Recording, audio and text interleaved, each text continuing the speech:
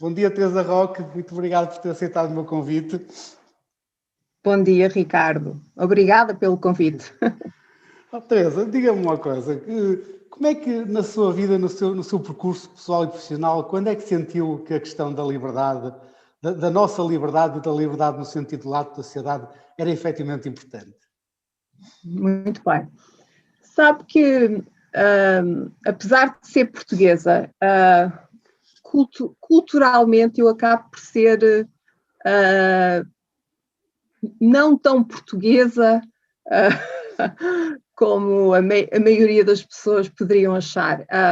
Eu, portanto, nasci em Angola, depois com a independência e o começo da Guerra Civil, o meu pai decidiu que íamos viver para a África do Sul, portanto, vivi lá até aos 14 anos.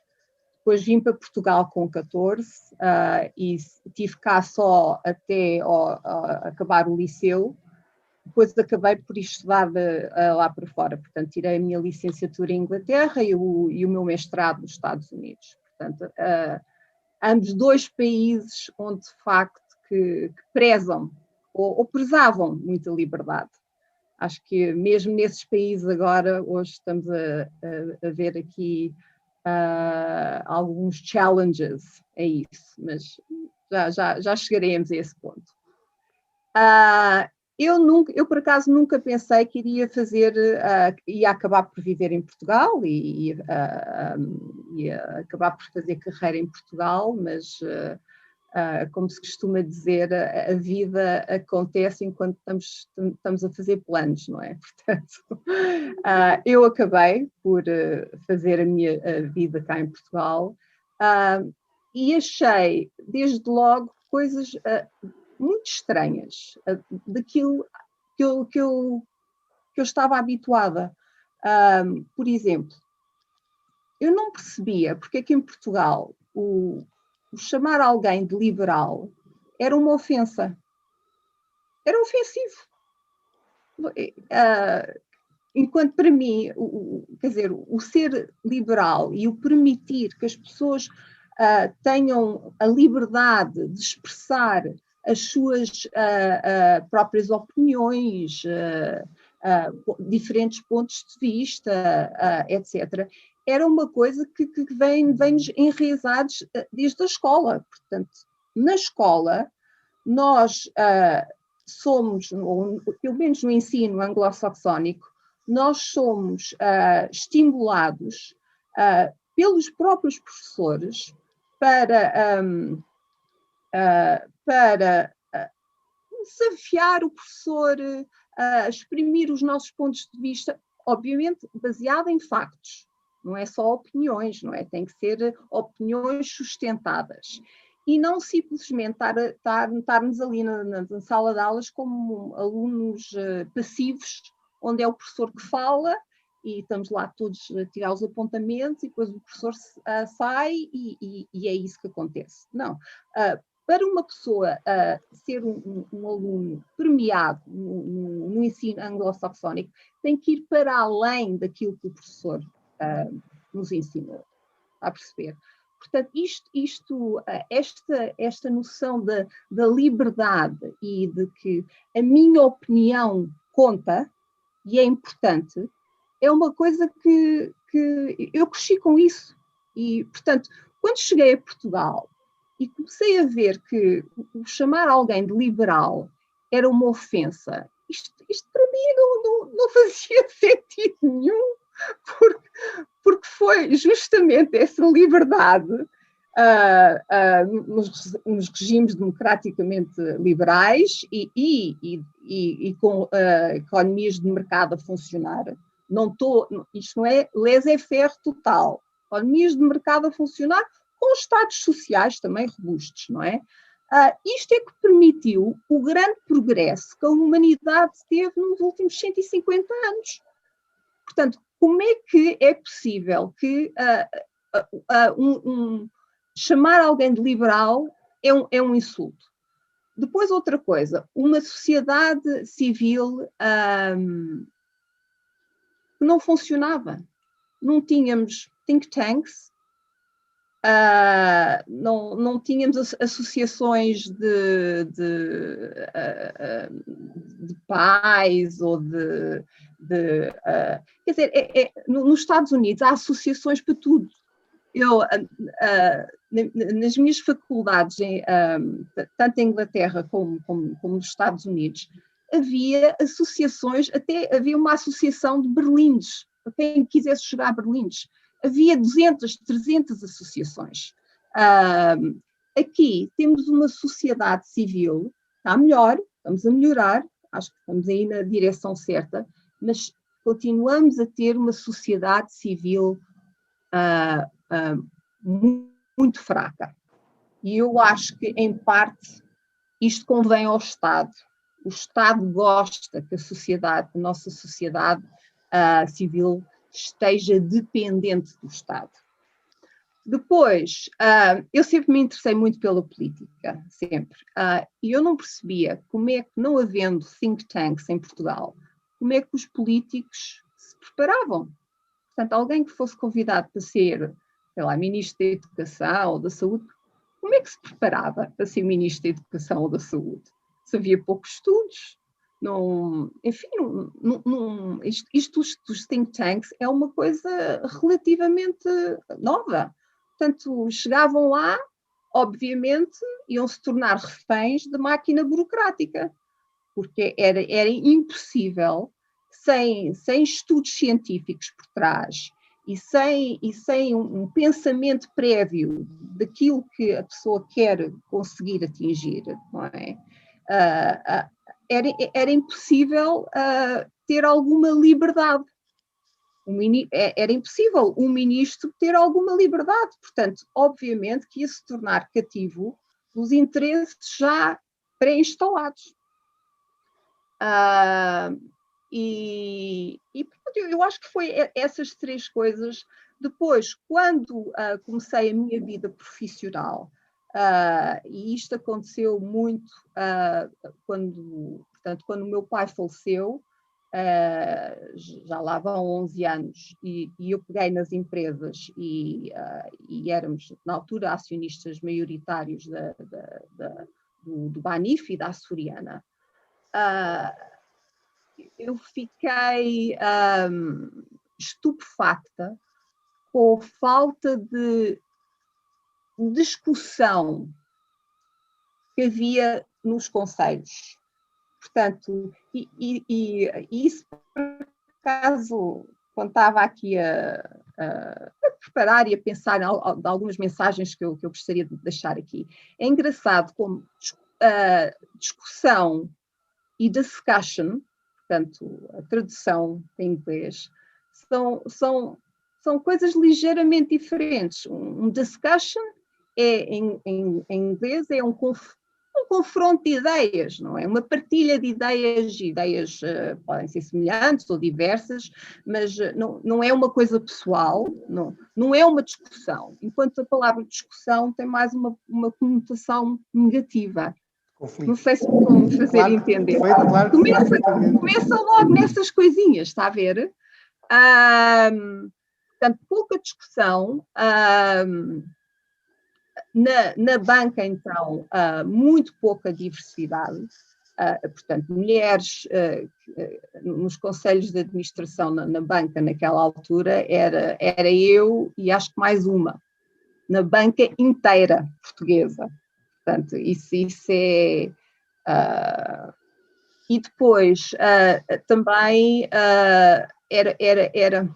eu lembro-me de um artigo que o José Manel Fernandes escreveu há 2 ou 3 semanas atrás, que nós somos um país de velhos governados por velhos. Enfim, aqui não é de bom tom chamar pessoas velhas, mas o que eu vi encontrei conselhos de administração, no seu geral, muito envelhecidos, com hábitos já muito enraizados. E isso fez-me pensar que, de facto, em Portugal há pouca rotação intergeracional.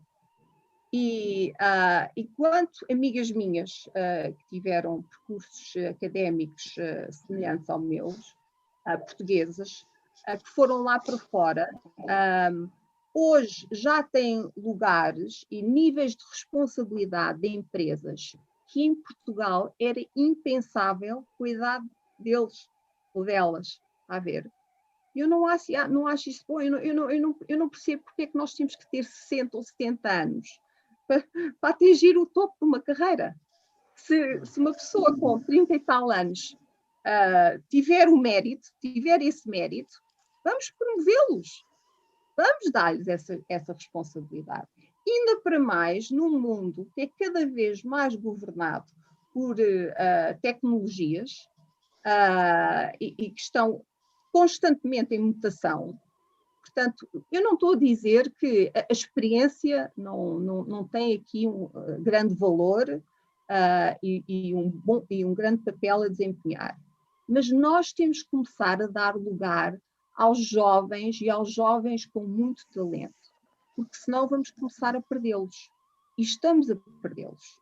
Portanto, eu vejo em Portugal hoje um grande brain drain. Portanto, os melhores alunos, para já o nível salarial em Portugal é baixíssimo. Os melhores alunos vão lá para fora. Portanto, estamos a perder ativos importantíssimos para o nosso país. Bem, eu acho que já falei mas foi excelente e já me deu pistas para estarmos aqui 2 horas a conversar. Teresa, uma questão que eu gostava de ouvi-la tem a ver mesmo com esta questão de que falou, da discussão, do facto de em Portugal nós sermos muito conformistas com a ideia dominante, queremos ter um bocadinho toda a opinião dominante, temos dificuldade em confrontar ideias, porque o confrontar ideias é muito visto como um ataque pessoal e não um ataque às ideias, e portanto que as pessoas podem discutir até fervorosamente e no final continuam amigos, discutiram as suas ideias, mas isso é difícil em Portugal e tendemos muito para aquela, ou seja, acabamos todos por concordar com a ideia que naquele momento é dominante e depois nas costas muitas vezes diz-se mal, ou seja, não se assume. E isto eu queria levar isto um bocadinho para a questão da educação, até porque eu sei que a Teresa está ligada também com o ensino, e com aquilo que falou das escolas. Isto é algo que não existe na sociedade, e as escolas são um reflexo da sociedade, depois isto é o avô a galinha, mas desde criança, e todos nós que passamos nas escolas portuguesas, umas mais ou menos, mas temos o estar passivo, ou seja, o professor é que manda, as ideias do professor são lei, não se pode contrariar as ideias do professor. E como é que nós mudamos isto? Ou seja, como é que nós conseguimos que as escolas sejam um espaço de liberdade, de discussão, de confronto de ideias, de os alunos questionarem o professor, e com isso não significa que o professor não tenha mérito, não tenha valor, mas deixarmos espaço precisamente para que se cresça, jovens cresçam livres e sejam no futuro adultos livres. Bem, se eu soubesse responder bem a essa pergunta, era Ministra da Educação. Olha que não a deixavam, provavelmente, se soubesse responder. Pois talvez não, é verdade. Era demasiado incómodo, não é? Eu costumo dizer que um bom professor é um professor que está constantemente também a aprender com os seus alunos, não é? Portanto, e isso é uma das ideias atrás do liberalismo, esta noção do progresso. Nós ainda o conhecimento humano é falível. É o melhor conhecimento que podemos ter até à data, com as provas científicas que conhecemos até essa data. Mas isto não quer dizer que daqui a 10 ou 20 anos não se venha a descobrir que de facto estava incorreto, não é? Portanto, o homem é falível. Os professores também são falíveis. Portanto, os bons professores aprendem com os seus alunos. Isto é uma aprendizagem que funciona dos dois lados. O dar aulas não devia ser um monólogo, devia ser um diálogo. Como é que isto se muda? Olha, eu acho que é uma questão cultural. Eu acho que à medida que nós nos vamos aproximando cada vez mais quer dizer, nós começámos aqui com um grande atraso em nível de educação. Eu lembro-me que em 1990 o abandono escolar precoce era 50%. Quer dizer, a iliteracia era de quê? 80% no início do século passado, enquanto na Dinamarca, na Noruega, na Suécia, na Alemanha, enfim, nesses países nórdicos, era exatamente ao contrário. Portanto, aqui, sem haver alguma base de conhecimento, é impossível fazer, é impossível desafiar o professor. Portanto, primeiro tínhamos esse catch-up todo para fazer, não é? E depois isto é uma questão cultural, porque se também em casa os pais estimulam, portanto, que os filhos possam, dentro, obviamente, de certas regras de respeito. E é isso, é que tem que haver regras pré-estabelecidas. As pessoas têm que ser civilizadas, não é? Estão a chamar nomes umas às outras, não é? A forma como os professores são tratados em Portugal, eu acho absolutamente escandaloso. E enquanto nós, no sistema anglo-saxónico, podíamos perfeitamente discordar com o professor, não é? Houve sempre muitíssimo mais respeito entre professor e aluno do que cá em Portugal, onde eu assisti a isto porque eu comecei a fazer também o meu doutoramento em ciência política em Portugal. Foi a primeira vez que eu estudei no ensino português. E eu via que, de facto, havia uma grande distância entre o professor e os alunos. O professor e os alunos não conviviam fora da sala de aulas. Não conviviam, portanto. Mas, no entanto, não eram tão respeitados como são no ensino anglo-saxónico, onde há mais essa proximidade, mas todos sabemos o nosso lugar. Os alunos sabem que são alunos e não deixam de ser alunos, podem concordar ou não com o professor, mas não deixam de ser alunos, e o professor é o professor. É engraçado, não é? Como há maior proximidade entre professor e alunos, mas ao mesmo tempo há maior respeito. Claro. Continua a haver respeito, está a perceber? Enquanto aqui o professor está num pódio, quase nas nuvens, acima de Deus, ou igual, não pode ser questionado, mas eu acho que não existe esse respeito pelo professor, como existe noutros ensinos, ou no ensino anglo-saxónico, que é aquilo que eu conheço agora. Isso tem muito a ver com a nossa cultura dos doutores, dos engenheiros, dos arquitetos, em que nós tratamos toda a gente pelo título, mas no fundo não respeitamos tanto como noutras geografias onde tratam as pessoas muitas vezes por tu, mas com muito mais respeito e sabendo cada um qual é que é o papel que estão a desempenhar numa organização. E o respeito... Portanto, acaba por ser uma coisa superficial. Aliás, eu acho isto dos doutores e dos engenheiros, etc., absolutamente ridículo. Doutor, para mim, é quem tem um doutoramento ou quem é médico. Para mim é um doutor.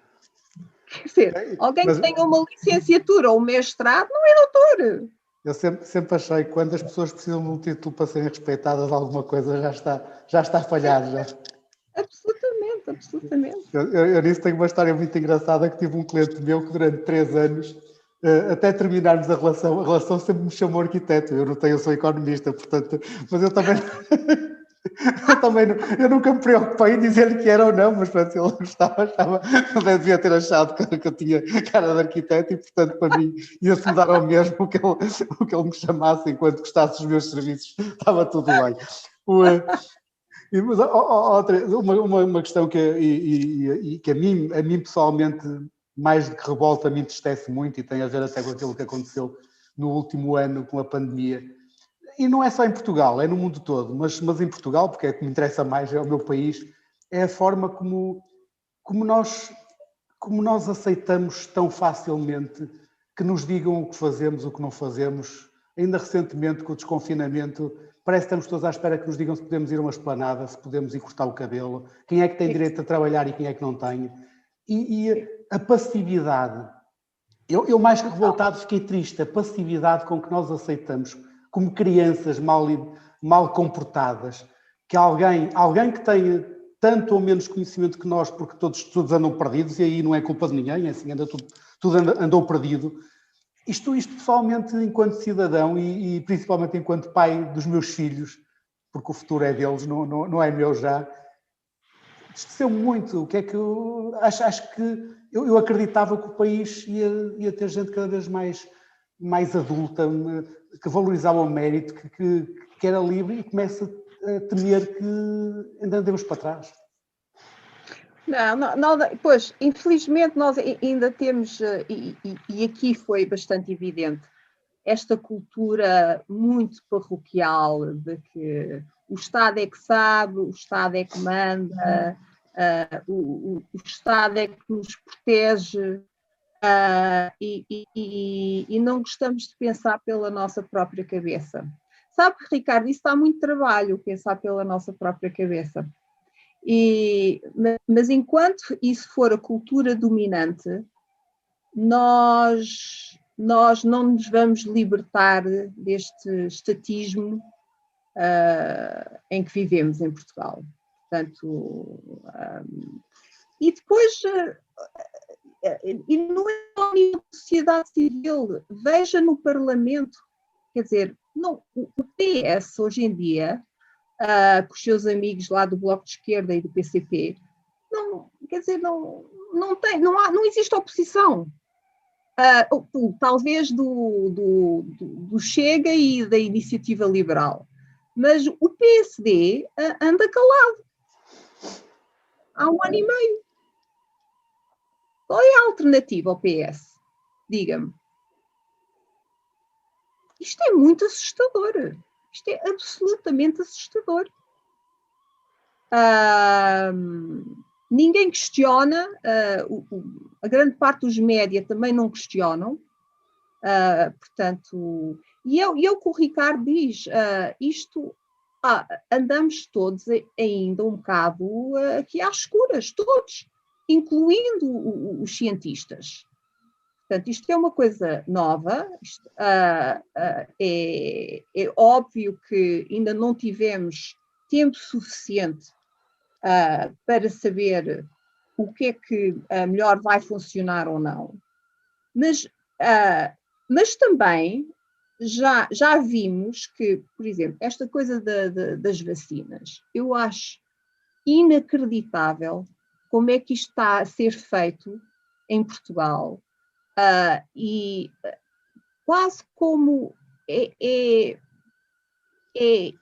em vez de pensar o que é melhor para o cidadão, é o que é que melhor reflete a nossa ideologia, não é? Portanto, eu não percebo porque é que não há mais acordos com os hospitais privados, porque é que não puseram as farmácias também a vacinar as pessoas, porque é que o único lugar onde as pessoas podem ser vacinadas é no Sistema Nacional de Saúde.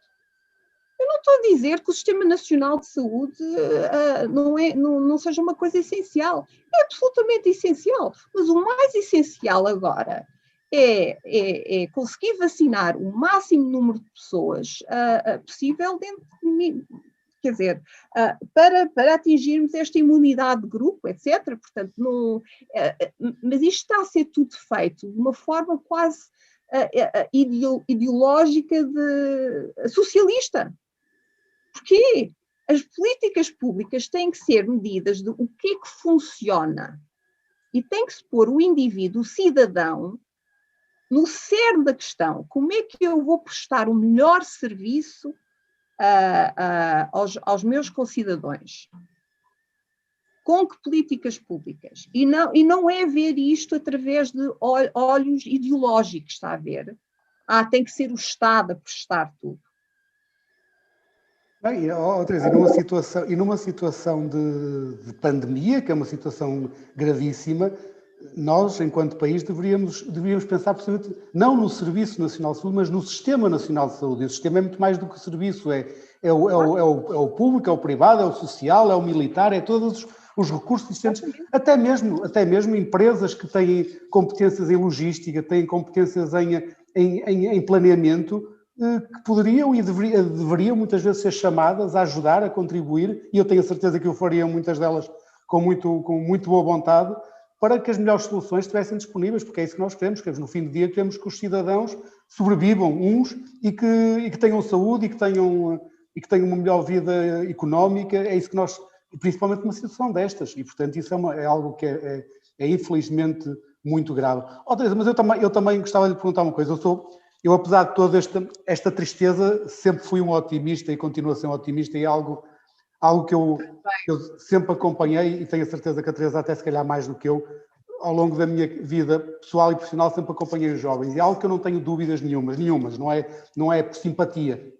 Nunca os jovens foram tão informados, preparados, de cidadãos do mundo como hoje, até porque têm infelizmente recursos e acesso àquilo que não tinham os jovens do passado.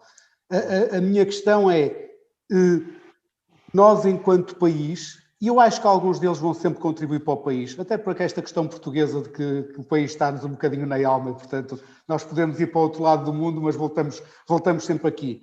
Mas o que é certo é que também há hoje uma procura tremenda pelo talento e, portanto, toda a gente procura talento onde lá. E os jovens portugueses talentosos, facilmente, e bom para eles, encontram oportunidades no mundo todo.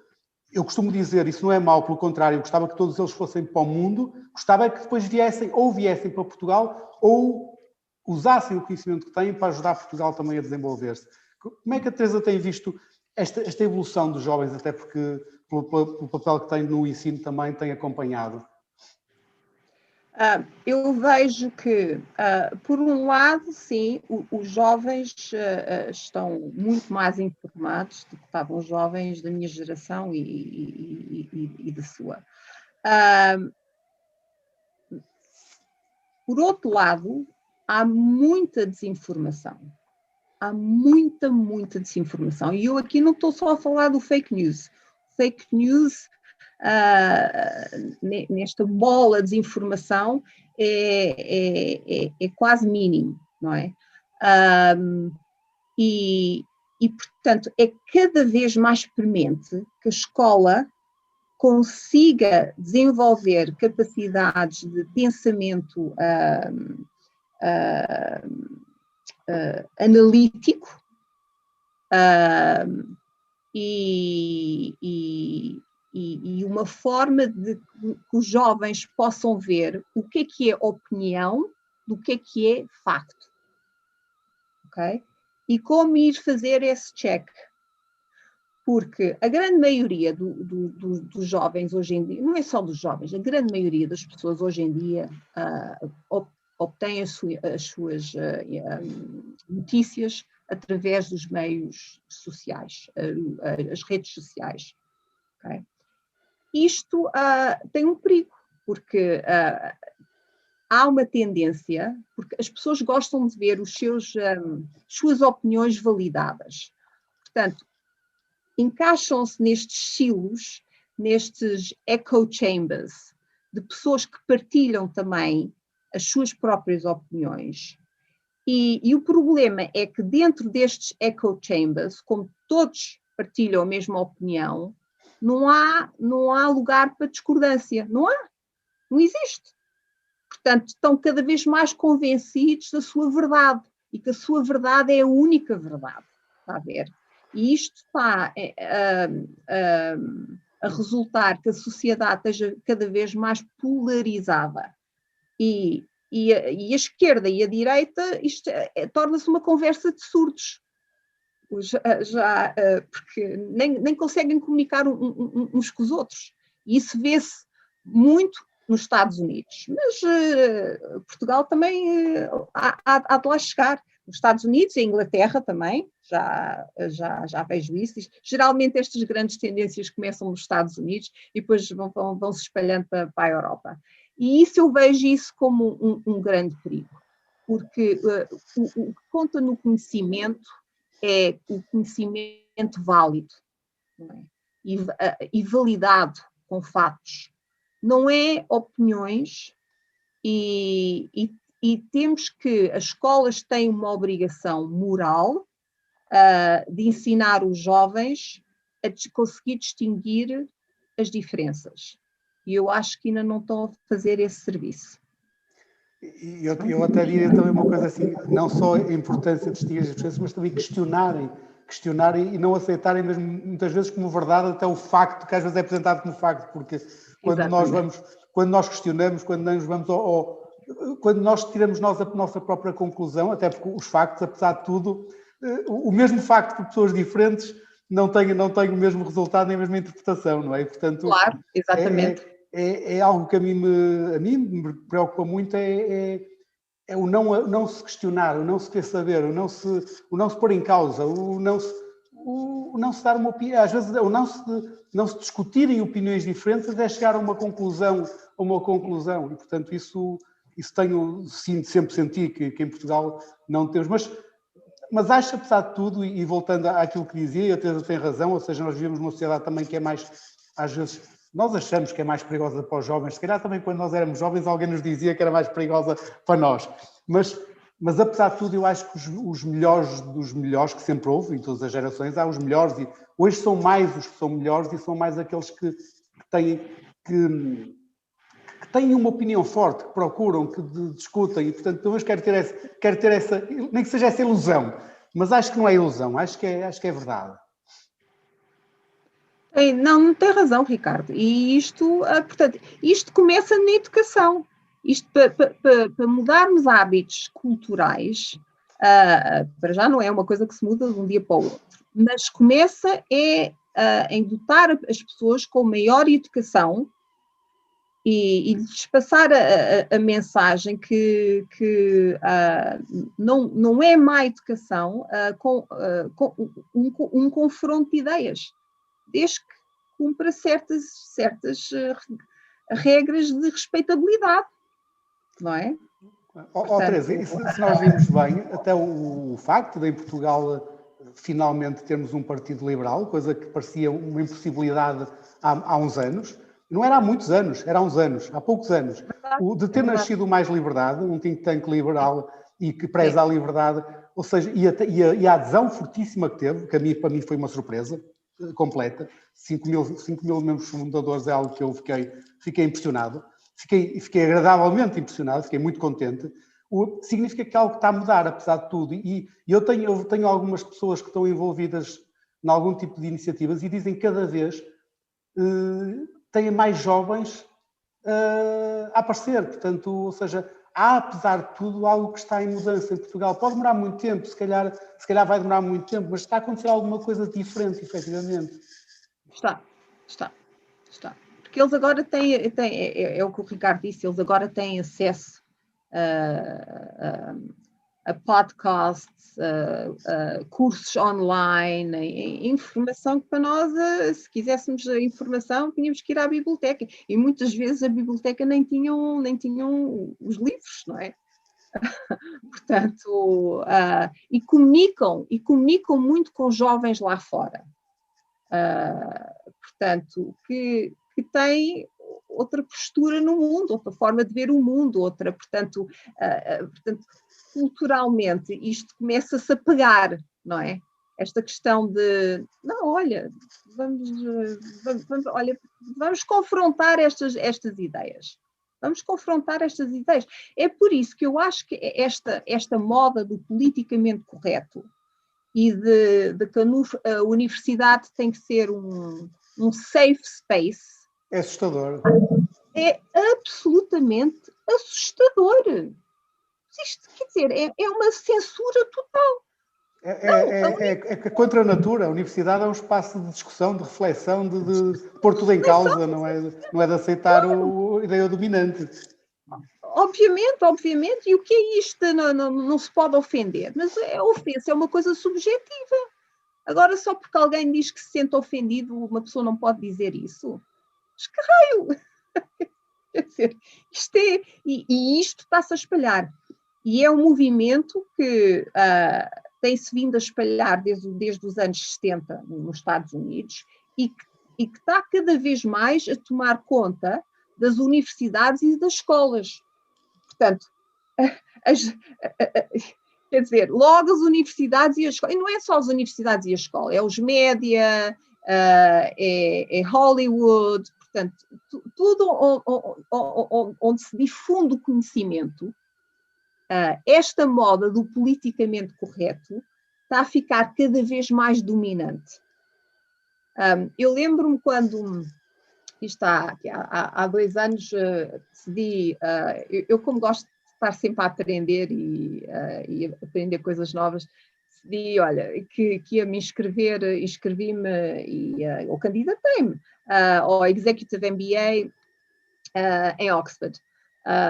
Porque foi lá que eu tirei a minha licenciatura. Portanto, mesmo na faculdade, com 30 anos, não é?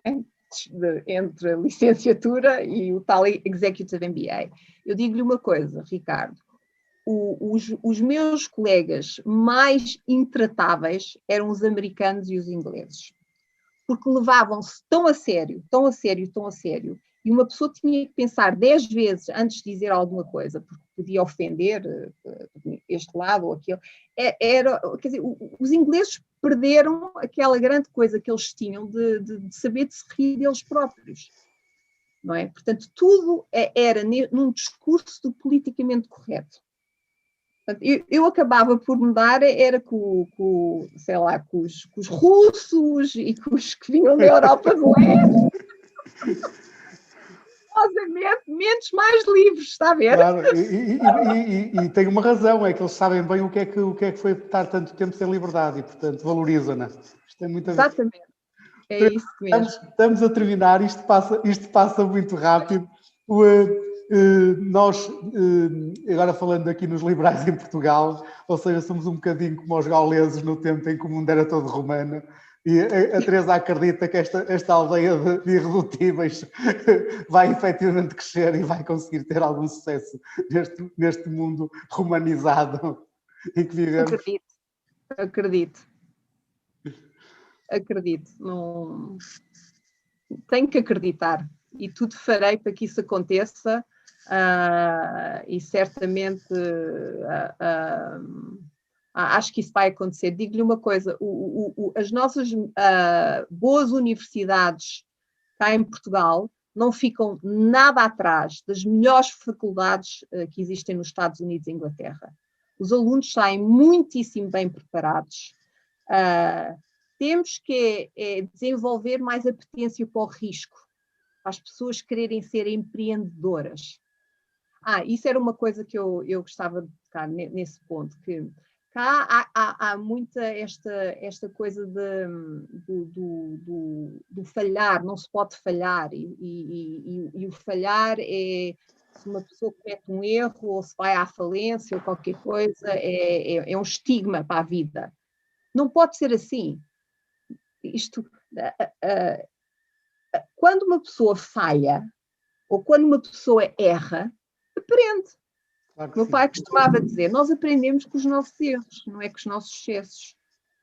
Portanto, enquanto isso é valorizado nos Estados Unidos e em Inglaterra, pessoas podem ir à falência 1 ou 2, 3 vezes, mas, enfim, ao continuar a ter oportunidades, porque a sociedade acha que eles aprenderam com esses erros. Portanto, a probabilidade de falharem mais uma vez é menor, não é? Cá em Portugal, não. Cá em Portugal, quase uma falência é uma condenação para a vida. Enquanto essa cultura existir, não vamos ter mais empreendedores. E o que nós precisamos neste país é de empreendedores. Muito obrigado. Ficamos com esta mensagem positiva. Fique bem, em saúde e livre. Obrigado. Obrigada, Ricardo. Obrigada.